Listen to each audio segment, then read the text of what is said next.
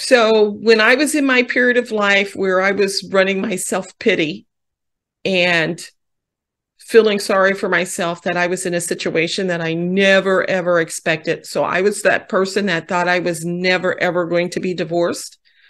When it did happen, I went through a period of, oh, that's cool. I'll just run around and be silly. But when I was home by myself, then I felt sorry for myself. And because I focused so much on what I didn't have at that point, everything that I could have had, I didn't notice because I was focused on the wrong thing. And unfortunately, when we're stuck in a period of our lives, we tend to focus on what we don't have or what we could do or what we wanted to do that we're not able to do right now.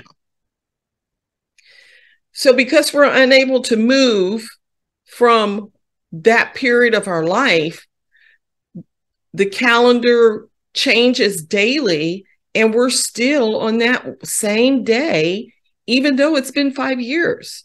And in 5 years, we haven't grown and we haven't matured in our thoughts and we haven't seen the positive things that was occurring to us all around us because we were focused on one event. A lot of people tend to get stuck after they have a death in their family or something like that.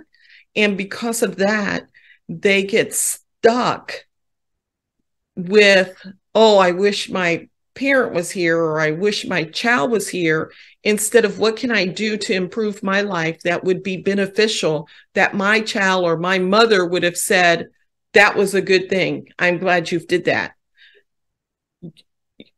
Really, we become alive but dead. And if you recall, the angel said to the people when they went to look for Jesus, why are you here looking for the living among the dead?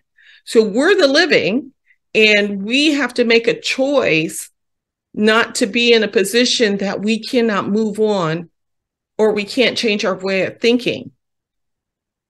So that question would be, what do I need to do to prepare myself for the future? Oh my gosh, when I asked myself that question, because I had a life coach later, and the life coach asked me that, in which now I ask my clients, what can you do today that will prepare you for the future? My answer to that question was, stop living in the past. Your answer to that question may be, I just want a different job, or I just want to get a new car. You may just be stuck in that mode. But there is a mode that we're probably stuck in, that you're not being the best you that you can be. And remember, our goal is to make sure that we're the best that we can be at all times, that we're looking to see how we can do self-improvement to make ourselves better than we were the day before. And I learned a really valuable thing during that period of time, that even the tiniest step is a step ahead. I daily had to make a choice to make a step. So being stuck means I'm in the same position because I'm not making a choice to change my position or to change my thought or to change my action. But when we make a decision that we are going to work on our own self-improvement, or we're going to work on changing our circumstances, that number one is your first step. And number two is actually taking a step. So we've learned that you can take steps and then you can go back 3 steps and you can go forward 2 steps and you can go back 4 steps. Well, you're not moving. You're just on a treadmill.